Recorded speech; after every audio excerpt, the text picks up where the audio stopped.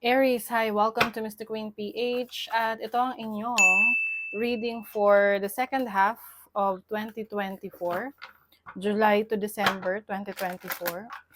So if you are interested in private readings, meron tayong link sa description at sa pinned comment, pakicheck nyo na lang. Okay, let's see Aries, what's coming to you second half ng 2024, so July to December.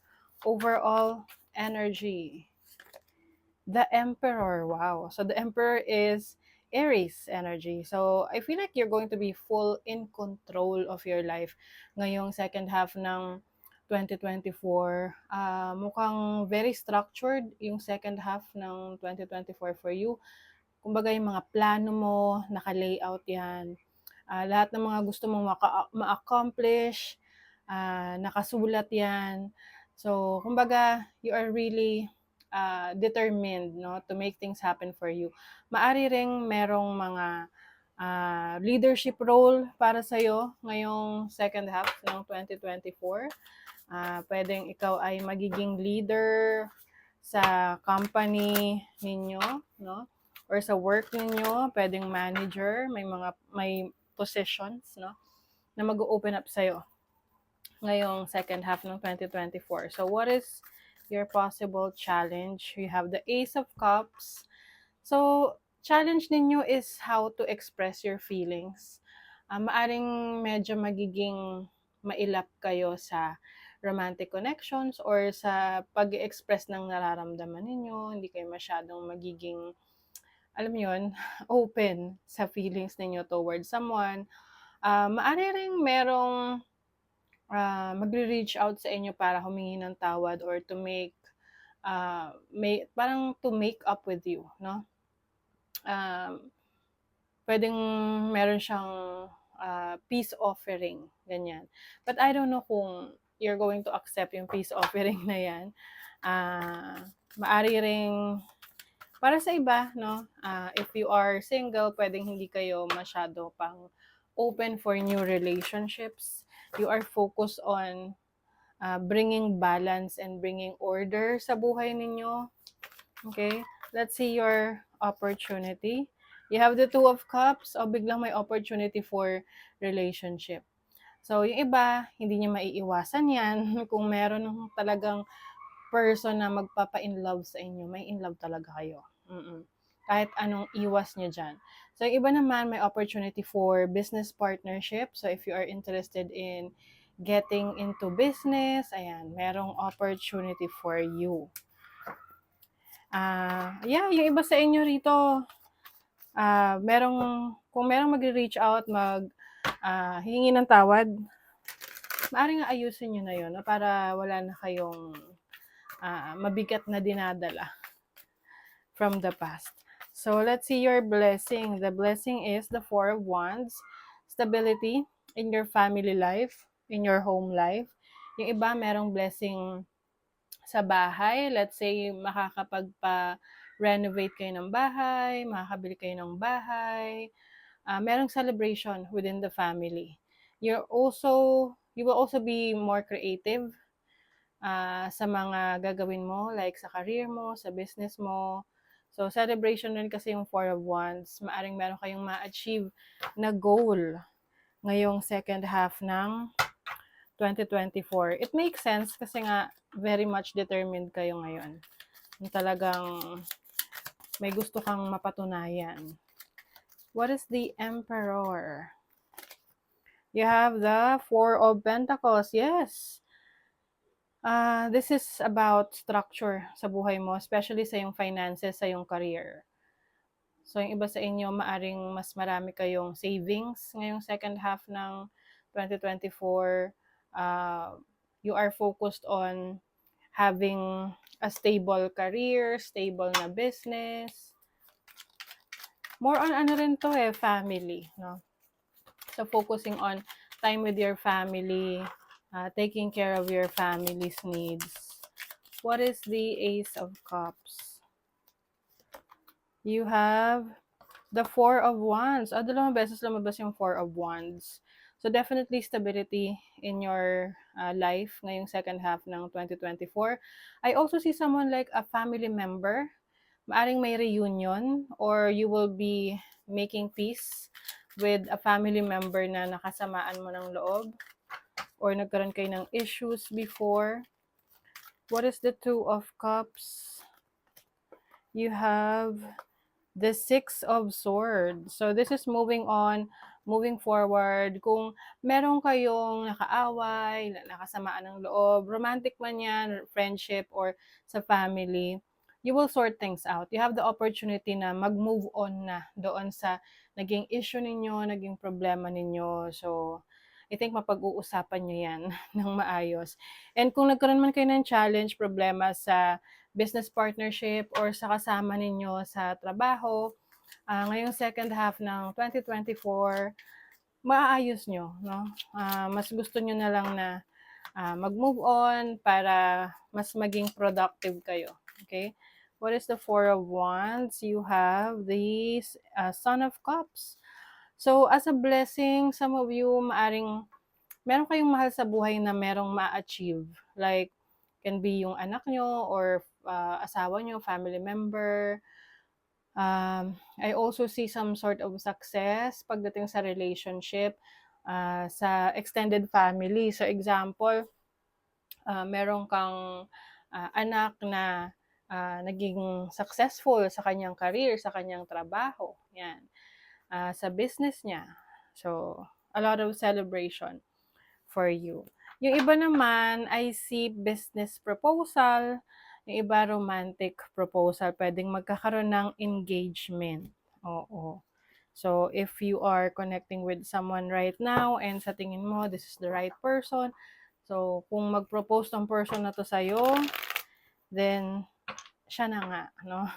So, kung ikaw naman yung magpo-propose, you will know, no? Malalaman mo yan. Mararamdaman mo if it's time para mag-propose sa person na yan that you are dealing with.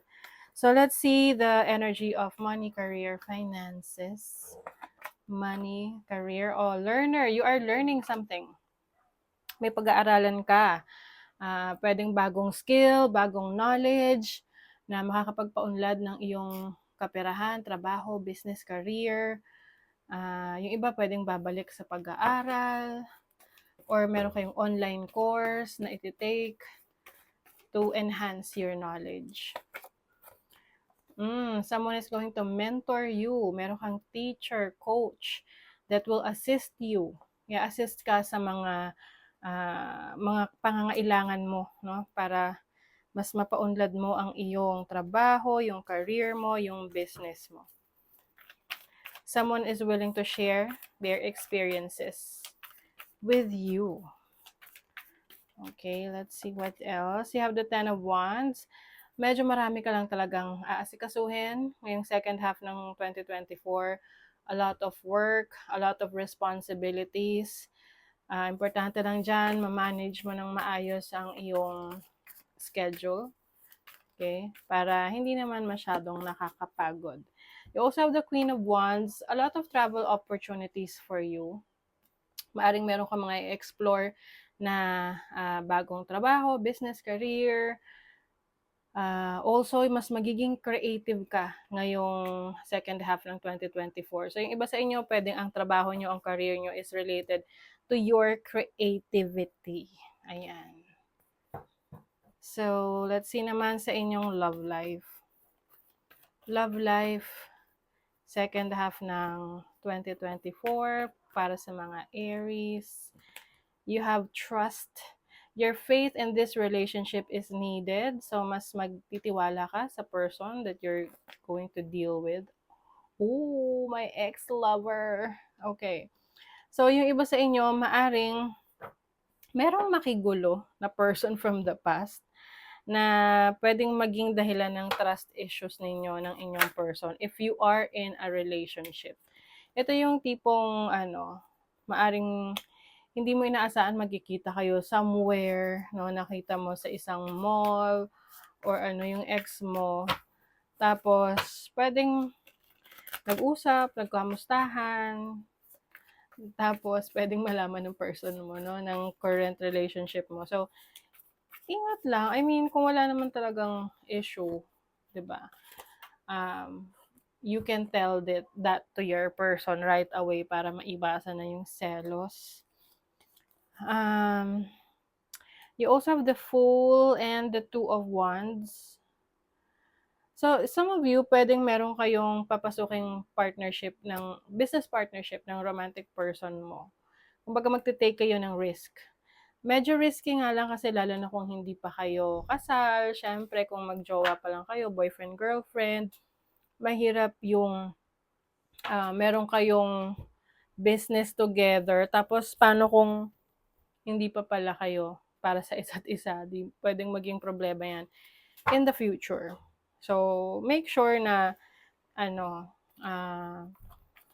pinoprotectionan nyo pareho yung interest nyo. Okay? May kontrata dapat. You have Venus, Mercury in Aquarius in the 11th house. I think you will have more connections, friendships ngayon. Mas maraming communities that you will be involved in. Pwedeng sa Facebook, mas magiging active ka. Yung iba naman, mas maraming mga bagong kaibigan, connections na makakatulong, no, for your success in your life. You also have Mercury in Gemini in the 3rd house. Excitement. Yung iba talaga, pwedeng ring may mga short travels.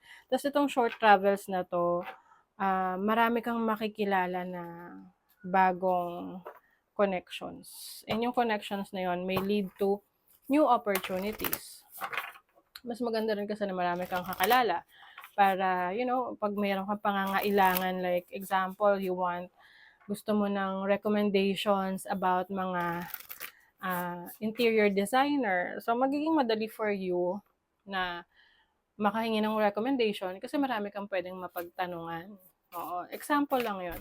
And also, kung ikaw may marami kang skills, tapos marami ka rin kakilala, so pwede ka nilang i-recommenda dun sa mga kakilala nila, and that will bring in more opportunities for you.